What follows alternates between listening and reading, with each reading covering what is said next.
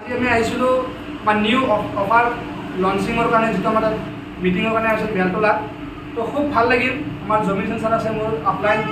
তাৰ লগতে মই এটাই ক'ব বিচাৰিছোঁ যে প্ৰথমতে আমাৰ ৰুণুবাইদেউক ধন্যবাদ, যিহেতু বাইদেৱে আমাৰ এটা সৰুতে এটা সন্মান যাচিছে, খুব ভাল লাগিছে।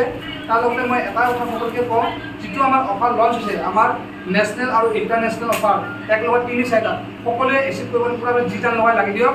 আৰু আমি সকলোৰে লগত আছোঁ, একগোট হৈ বেছি আৰু নকওঁ, যিহেতু আমাৰ ছাৰ আছে, মোৰ আপলাইন আছে, মোৰটো তো ঠিক আছে। জয় হিন্দ, জয় হিন্দ ছাৰ। এইটোৱে আৰু আহিলোঁ, ধুনীয়াকৈ বুজালোঁ, বাইদেউসকলে ধুনীয়াকৈ বুজি পাইছে। আৰু ৰুণুবাইদেউক থেংক ইউ জনাওঁ যে ৰুণুবাইদেৱে এটা ধুনীয়া এটা আমাক গিফ্ট দিছে, ঠিক আছে। এইটো ভাল লাগিছে, সন্মান জনাইছে ৰুণুবাইদেৱে। তো এইটো হয় আপোনালোকৰ প্ৰতি এটা শ্ৰদ্ধা, এটা মৰম, ঠিক আছে। তো ৰুণুবাইদেউ এইখিনি আছে, ভাল লাগে। আৰু বাকী আজি মই অফাৰখিনি বুজালোঁ। তো এতিয়া ৰুণুবাইদেউ যিহেতু মোক দিব মোবাইলটো, মই চবৰে পৰা এটা কমিটমেণ্ট হ'ব বিচাৰোঁ যে আপোনালোকে এই বস্তুটো এচিভ কৰিব কি নকৰিব, ঠিক আছে। আমাৰ যিহেতু প্ৰগ্ৰামটো হৈয়ে গ'ল, তো এইফালে আমাৰ মেডাম আছে। তো মেডাম কেনেকুৱা লাগিল?